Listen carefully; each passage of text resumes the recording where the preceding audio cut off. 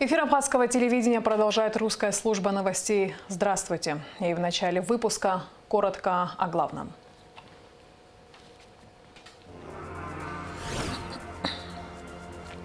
Президент Аслан Бжани подписал распоряжение о мерах по защите здоровья населения Абхазии от коронавирусной инфекции. За 2,5 месяца в пансионатах курорта Пицунда отдохнули более 21 тысячи человек. Синоптики предупреждают об ухудшении погоды. Ожидаются ливневые дожди с грозой, местами возможен град. После наводнения, имевшего место 27 июля, в Сухуми продолжаются работы по уборке берега моря.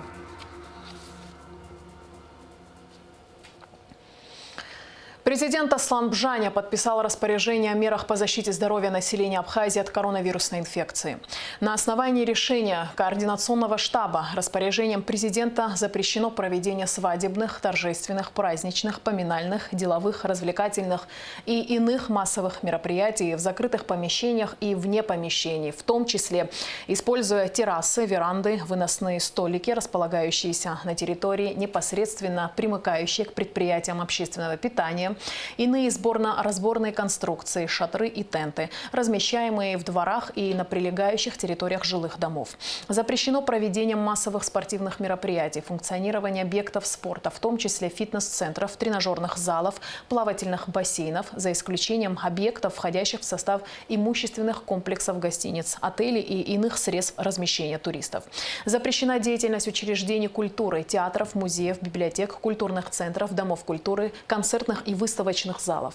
Распоряжением президента установлены следующие обязательства требования. Запрещена перевозка пассажиров, не использующих средства индивидуальной защиты, водителям, не использующим средства индивидуальной защиты. Также запрещен доступ к оказанию услуг по перевозке пассажиров. Руководителям транспортных предприятий предписано обеспечить ежедневную неоднократную профилактическую дезинфекцию салонов общественного транспорта. Администрациям продуктовых, сельскохозяйственных и вещевых рынков необходимо ежедневно осуществлять профилактическую дезинфекцию торговых объектов и прилегающих к ним территорий, а также установить обязательное использование работниками средств индивидуальной защиты. Владельцам стационарных торговых объектов, автозаправочных станций, производственных и общественных зданий предписано еженедельно осуществлять профилактическую дезинфекцию помещений и прилегающих к ним территорий, не допускать к работе сотрудников сферы обслуживания, не использующих средства индивидуальной защиты. Гражданам республики рекомендовано ношение средств индивидуальной защиты в общественных местах, воздерживаться от посещения мест массового скопления людей. Руководителям коммерческих и государственных организаций рекомендовано освободить работников старше 60 лет, не прошедших вакцинацию от коронавирусной инфекции, беременных женщин от выполнения трудовых обязанностей без ущерба для работы с сохранением заработной платы. С полным текстом распоряжения президента Абхазии можно ознакомиться на сайте информагентства «Абснапресс». Сотрудники службы государственной безопасности в ходе реализации оперативной информации задержали жителя села Галхуч Ткварчалского района Сангулия Вахтанга Раминовича. В ходе обследования домовладения по месту проживания задержанного сотрудники СГБ обнаружили 23 патрона калибра 7,62 мм и ручную гранату с запалом. По информации СГБ, Вахтанг Сангулия во время Отечественной войны народа Абхазии 1992-1993 годов, являясь сотрудником галской милиции, оказывал содействие войскам Госсовета Грузии. Материалы в отношении Сангулия переданы в прокуратуру Ткварчалского района. Задержанный водворен ВВС Галского РОВД. Сухумский городской суд под председательством Зарины Габеевой продолжил разбирательство по иску Джемала Гогия к Верховному суду Абхазии. Джемал Гогия оспаривает приказы председателя Верховного суда Мананы Делба о сокращении штатной должности руководителя аппарата Верховного суда, который он занимал с 2018 года, а также приказы о его последующем увольнении в связи с указанным сокращением.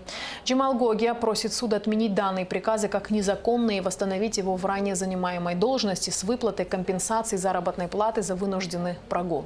При этом, как пояснила представитель истца адвокат Нона Риквава, Джемал Гогия не оспаривает закрепленное в законе о судебной власти право председателя Верховного суда на утверждение структуры и штатного расписания аппарата Верховного суда. Однако считает, что руководитель Верховного суда злоупотребила указанным правом, так как никакие мероприятия по оптимизации штатного расписания, как это указано в приказе, не проводились. сократились, а сокращение было вызвано тем, что Джемал Гоги в пределах возложенных на него обязанностей ответил на вопросы журналиста вопреки запрету Мананы Делба. Представитель ответчика, вице-президент коллегии адвокатов Адыгеи Белла Гуашева пояснила суду, что председатель Верховного суда действовала в рамках предоставленных ей законом полномочий по утверждению структуры и штатного расписания. Манана Делба возглавляет Верховный суд с 2018 года, и если штатная должность руководителя не была предусмотрена законом, она эти изменения могла сделать ранее, так как с 2018 по 2021 год штатное расписание с должностью руководителя аппарата утверждалось ею трижды. Далее стороны задавали друг другу вопросы по существу иска. Судебное заседание по просьбе представителя истца и участвующего прокурора отложено на 20 дней. Туристический сезон в разгаре. Август – любимый месяц отдыха для всех гостей республики. Больше всего туристов, конечно же, в Западной Абхазии. А в пансионатах курорта Пицунда за 2,5 месяца уже отдохнули более 21 тысячи человек. Что предлагает туристам жемчужина Черного моря? Какие здесь проводятся работы по улучшению качества предоставляемых услуг, узнавала наша съемочная группа. Репортаж Эсме Голанза. Кадры советской Абхазии, как может показаться на первый взгляд. В курорте Пицунда этим летом настоящий туристический бум. Больше всего отдыхающих на центральной набережной. Сотни туристов гуляют, купаются и загорают. Некоторые предпочитают отдыхать в тени сосен. Работают кафе, рестораны, развлекательные аттракционы, дельфинарии. По сравнению с 2019 годом, потому что 2020 год, вы прекрасно знаете, что его в расчет брать очень тяжело. Там всего лишь 1,5-2 месяца был полная загрузка, 100% на сегодняшний день. И ожидается и в августе, и сентябрь хорошие продажи. Мы такой загрузки курорта после советского времени, мы говорим, насколько мы помним, этого не было. И вообще по Абхазии в целом тоже. Сама набережная разгрузилась и похорошела. Отсюда убрали многочисленные ларьки и киоски. Сейчас ведется строительство новых торговых рядов. Строительство торговых рядов – это упорядочено торговых точек по набережной, это сувенирные продукции, это фрукты и овощи. Фрукты и овощи для них, киоски, ларьки мы уже закончили, они запустились, уже перешли туда работать. Планируем, что до конца следующего месяца мы закончим остальные, там их около 40. Кроме того, на территории курорта выделена общая игровая зона. Здесь сконцентрированы все детские развлечения – батуты, площадки, лабиринты. Определить место было очень трудно, потому что мы не можем сделать это со стороны леса, потому что не растут на этом месте, где стоит батут или какая-то конструкция, не растут деревья. И поэтому мы призвали экологов, призвали там депутатов и как-то создали такую комиссию, я ее возглавлял. И решали, как вообще будет обстоять дела с торговлей, с игровой зоной. Здесь достаточно места, и они, получается, сконцентрированы, все будут в одном месте, а не разбросаны по всему курорту, под соснами. Главное новшество курорта – реконструкция 3 этажей пансионата Апсны, а также замена его кровли. Несмотря на то, что ремонт завершился недавно, комфортабельные номера уже пользуются необычайным спросом. Кроме того, курорт сменил интернет-провайдера. При этом все необходимое оборудование было приобретено самостоятельно. В турагентстве нам сказали, что здесь сделали ремонт и номера с повышенной комфортностью. Поэтому мы выбрали здесь. Да. Цена там совершенно немножко отличается. Но выбрали это. Дети отдыхали, наши старшие в этом году, в конце июля здесь приехали, нам тоже рассказали, что хорошо. Мы делали раннее бронирование, и Пицунда нам очень нравится. И как вам условия? Хорошие условия, да, все хорошо, все устраивает. Желаем дальнейшего процветания. Ремонт 3 этажей проводился за счет выделенной квоты российского туроператора «Туи».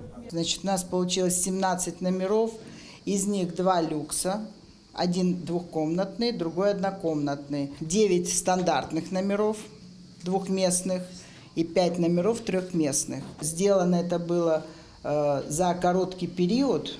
Вот. Вложения тут, конечно, колоссальные, потому что все очень качественное.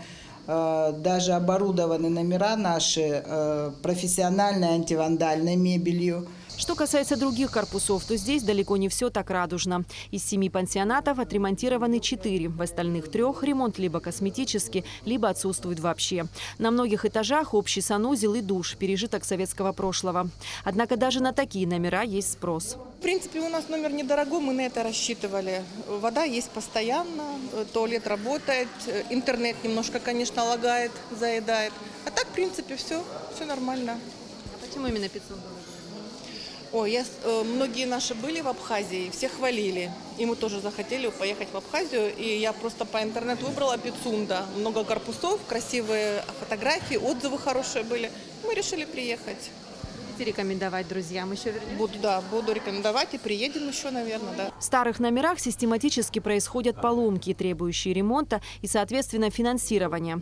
По словам Фрикана Гунба, такие номера убыточные. Хотелось бы остальные тоже привести также в порядок. Те корпуса, 2 корпуса больших, это Маяк и Амзара, и закончит корпус Апсны. 50 лет, курорт уже 50 с чем-то лет. Они в том же виде там, делали косметические ремонты, но перепланировки не было. Сегодня без удобств в номере турист не имеет никакого желания отдыхать. Есть с чем сравнивать, есть с кем конкурировать, и люди хотят сегодня лучшего, приятного отдыха. Еще одна проблема – это проблема изношенных водопроводных труб. Трубы уже устарели, они имеют очень большой износ, их надо менять. Это чтобы вы понимали, это 2 трубы 7,5 километров вверх, и также 5,5 километров вниз. Это на Лизавский холм, и оттуда сюда в курорт Пицунда и в город Пицунда. Этим водоканалом пользуется сегодня город Пицунда и некоторые гостиницы, мини-гостиницы обслуживаем мы. Есть существенная проблема, которую надо устранять и приводить ее в порядок. Финансовые вложения нужны, и своими силами это невозможно. Что касается питания туристов, оно включено в стоимость проживания. Завтрак, обед и ужин по системе «Шведский стол». В среднем в столовой питается 500-600 человек в день. Все очень хорошо. Который день вы уже? Мы уже сегодня последний день, завтра уезжаем. И все эти дни у вас включено питание? Да, в этой столовой. Насколько разнообразно? Ну, все дают, и оладушки дают, и блинчики дают, и каши всякие дают, и супы, и щи. Все очень вкусное, спасибо. Хотелось бы немножко разнообразия на завтрак. На завтрак там в виде яичницы, хотелось бы, или там просто отварные, например, какие-то яйца детям. Что-то из выпечки, хотя бы разово там, или на ужин, или на обед что-то. А так, в общем-то, в целом все очень неплохо, все диетическое, все вкусное, свежее. Конечно, поесть здесь можно не только в столовой. Вдоль набережной расположены многочисленные кафе и рестораны.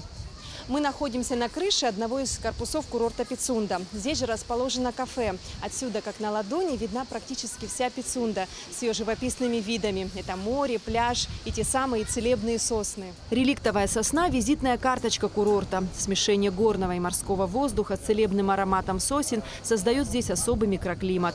Многие переболевшие коронавирусом приезжают в Пицунду, чтобы укрепить ослабленные легкие. Что касается санитарных норм, то, по словам Фрикана Гунба, в курорте они соблюдаются. Сотрудники обслуживают туристов в масках. Повсюду стоят антисептические средства. У нас есть свой концертный зал.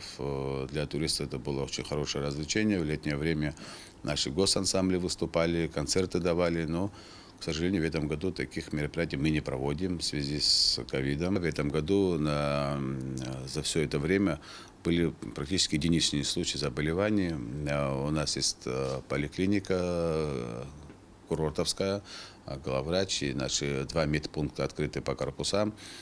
Они проверяют температуру, необходимые лекарства, медикаменты им подают. И таких массовых заражений случаев у нас не наблюдалось и не было. По всем показателям этот сезон обещает быть успешным. На данный момент в курорт заехали уже около 21 тысячи человек. Эсма Гуланзе, Алексей Гухава, Абхазское телевидение. 13 августа отмечает день рождения Муса Экзеков, председателя Высшего совета Всемирного Абхазо-Абазинского конгресса, предпринимателя и мецената Мусу Экзекова поздравил президент Аслан Бжания. Неоценим ваш личный вклад в дело объединения абхазо-абазинского этноса, укрепления связи с зарубежной диаспорой. Вызывает уважение ваша деятельность на посту президента ВАК, которая направлена на поддержку многодетных семей, талантливой молодежи, осуществление проектов, призванных развивать национальную науку и культуру, отметил в частности в своем поздравлении глава государства Аслан Бжания. Он также пожелал Мусе Гекзекову крепкого здоровья и успехов в благородной деятельности. В последнее время главные новости мировых СМИ. Участившиеся субтропические штормы, ливни и пожары на всех континентах Земли. На различных каналах рассказывают о сильных дождях, смерчи и последствиях наводнений практически по всей Европе, на юге России и в Китае. С чем связаны такие погодные явления? Стоит ли опасаться подобных катаклизмов в Абхазии, узнавала наша съемочная группа. Репортаж Гугуцы Вардания. Смоет все. Под таким заголовком в сети интернет появилась информация о ближайшем прогнозе погоды на Черноморском побережье. В статье предупреждается, что в восточной части Черного моря формируется субтропический шторм, и непогода затронет Абхазию, а также республики Северного Кавказа и Турцию. Чтобы узнать, ожидают ли нас резкие климатические изменения, мы обратились в Академию наук Абхазии. Ученые уверяют, что ничего аномального в климате Абхазии не происходит и не произойдет. Такие явления имели место быть. Исходя из этого, ничего естественно, выходящее за рамки многолетних климатических значений не происходит. Вот. Но ясно, что природа, значит, вот своими такими отклонениями от нормы. А климат – это многолетний режим погоды, и он колеблется возле какого-то среднего значения. Эти колебания, они всегда имели место в ту или в другую сторону. Ученый также отметил, что таких сильных штормов, какие прошли в Абхазии 4 июля, не было последние 5 лет. Напомним, в тот день сильный ветер повалил десятки деревьев, снес крыши домов. Непогода нанесла огромный ущерб. А эти кадры сделаны совсем недавно, после ливневых дождей, когда затопило Гудаутский и Ачамчирский районы и Сухум. Были задействованы все силы МЧС республики, эвакуированы люди.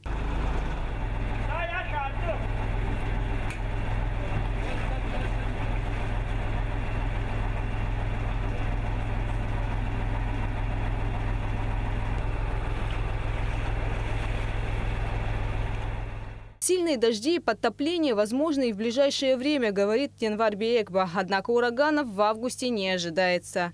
Нас по-прежнему ожидает, значит, очень теплая осень. В прошлом году, если вы помните, до конца октября месяца даже в Сочи загорали, купались. Вот эта тенденция жаркой осени, она будет сохраняться. И мы не должны забывать, что самые сильные осадки, дожди, нас ожидают в октябре и в ноябре месяце. Но бывает, что они иногда смещаются и на декабрь.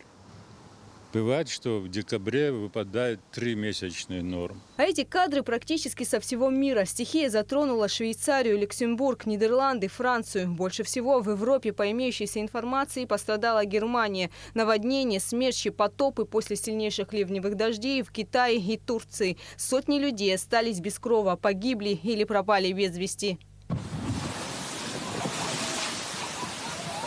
Крым топит периодически, страдает и Краснодарский край, в котором вновь до 15 августа объявлено штормовое предупреждение. Ученые отмечают, что все это связано с глобальным потеплением. Кроме того, большую роль в изменении климата играет человеческий фактор. У Энвар Биекба свое мнение по этому поводу. Вышел доклад международной группы экспертов ООН по изменению климата. Вышел доклад, да? И в этом докладе практически 90% специалистов, экспертов, которые занимаются областью изменения климата, они в один голос утверждают, что это результат человеческой деятельности. И, к сожалению, даже вот, я же говорю, 90% ученых, известных, которые профессионально занимаются, они считают, что стоит только ограничить поступление углекислого газа антропогенного происхождения в атмосферу, что атмосфера, значит, изменится. Ничего не изменится. Мы можем вообще никакого углекислого газа не выбрасывать, потому что вот эти изменения, повышение температуры на Земле происходят из так называемого парникового эффекта. В атмосфере существует ряд парниковых газов, а это значит, что они пропускают солнечную энергию на Землю, не поглощая ее. При этом поверхность Земли нагревается, а тепловое излучение поглощается этими газами. Это и есть парниковый эффект. Без этого механизма природы температура Земли была бы минус 18 градусов. По словам Эгба, повышение температуры создается парниковым эффектом. То есть он зависит, парниковый эффект, от количества вот этих сказанных мной газов. И больше всего при этом он зависит от количества водяного пара. Чем больше водяного пара в атмосфере, тем больше облаков, тем будет теплее и тем больше будет осадков. Вот. Но, к сожалению, все специалисты, ученые там и так далее, они не учитывают водяной пар. Именно влияние водяного пара связано вот это с повышением температуры, что его в избытке стало в атмосфере. Все циклоны и антициклоны, которые происходят в мире, зарождаются в Атлантическом океане, а на него влияют морские течения.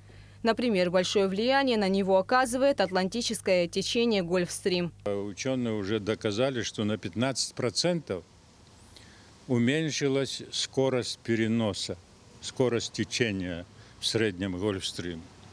Это означает, что в ближайшей перспективе нас ожидают суровые зимы.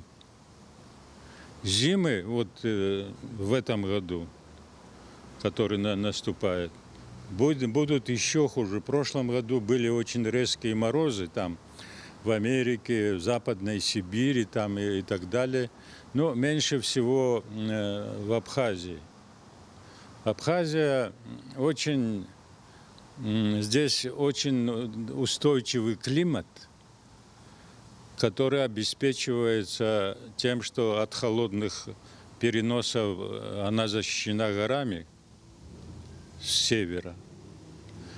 А с юга Черное море, значит, и с юга и с запада Черное море тоже не пропускает слишком теплые, жаркие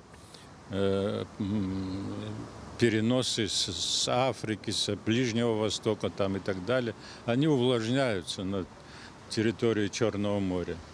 Поэтому Черное море не дает наступать слишком большой высокой температуры и слишком низкой тоже. То, что в мире происходит процесс глобального потепления, факт неоспоримый. И он будет оказывать влияние на окружающую среду. А что касается человечества, то перед силой природы оно бессильно. Гугут Савардания, Тимур Гогохи, Абхазское телевидение. 14 августа, в День памяти защитников Отечества, в связи с эпидемобстановкой в стране, администрация города Сухум просит горожан воздержаться от посещения мест массового скопления людей. Лучшая дань памяти воинов – наша защищенность от любых угроз и наше благополучие, отмечается в обращении. После наводнения, имевшего место 27 июля, в Сухуме продолжаются работы по уборке берега моря. В очистке пляжей от мусора, бревен и веток коммунальным службам также помогают местные жители и волонтеры из России. Все подробности в репортаже пресс-службы администрации столицы. В Сухуме продолжаются работы по уборке пляжей от мусора, вынесенного на берег морем. Из-за неустоявшейся погоды, периодических дождей и гроз, очищать набережную городским коммунальным службам приходится по несколько раз за короткое время. Рабочие муниципального унитарного предприятия благоустройства неоднократно возвращаются на одни и те же участки. Например, на Маяке рабочие уже вывозили с пляжа мусор, но картина вновь повторяется. Мы занимаемся уборкой уже около месяца. Только мы, потому что условия, только дожди, обратно все то же самое выносит. Только убираем в одном месте, приходим в другое место, там уже обратно то же самое.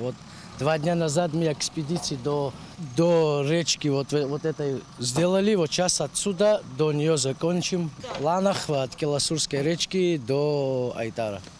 Там тоже заход? Там то же самое, да. Вы уже там убирали, но опять... Убирали мы с Прихаловки до Синопа убирали, и где 12-я школа, там тоже убирали. Прихаловку уже 10 раз убирали. Все то же самое, как видите. Бригадир благоустройства поделился, что несмотря на работу в режиме нон-стоп с 6 утра до 6 вечера, так как на предприятии не хватает рабочих рук, не успевают охватить все участки. Очень сложно. Первое время помогали нам, но сейчас что-то мало людей. Мы сами своими силами все, сами видите. Не успеваем везде и убирать, и берег, и подметать, и деревья, и все мы никак не успеваем. Парки убрать, улицы убрать не можем же, везде все бросить, и только берег. Не знаю, как-то так. Мы с 6 утра до 6 вечера работаем каждый день. Среди неравнодушных горожан, которые вышли на уборку пляжа, семья Альберта Шакуева и его гости из Сибири. Домоуправление номер 3 выделило пожелавшим оказать безвозмездную помощь необходимый инвентарь – перчатки и мусорные пакеты. Убирали пляж, территорию пляжа, было сильное наводнение, были дожди, и территории были очень испачканы этим мусором экологическим, деревья, бревна, а также после отдыхающих бутылки, мусор, окурки, всякий мусор. Сначала большой мусор мы убирали, потом маленькие в пакеты, потом еще меньше.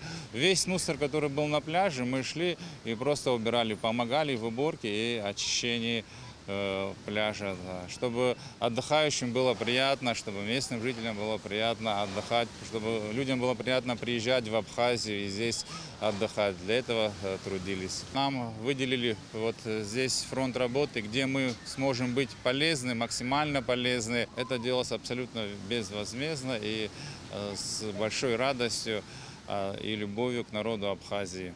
Ирина Шестернева приехала из Красноярска с мужем Василием и, увидев, в каком состоянии находится пляж, присоединилась к группе волонтеров, чтобы внести свою лепту в наведение чистоты в полюбившемся курортном городе. Увидела, что нуждается уборке набережная, пляж, и приняла участие в уборке для того, чтобы в Абхазии было чисто, красиво, уютно, чтобы приезжие отдыхали на чистом пляже. Следует отметить, что в микрорайоне Маяк уборкой пляжей занимались и сами жители. Пляжи Сухума заполнились мусором, нанесенным реками в результате ливневых дождей, которые прошли в конце июля. Амрамич Алексея Гухава, пресс-служба администрации города Сухум. И в конце выпуска прогноз погоды.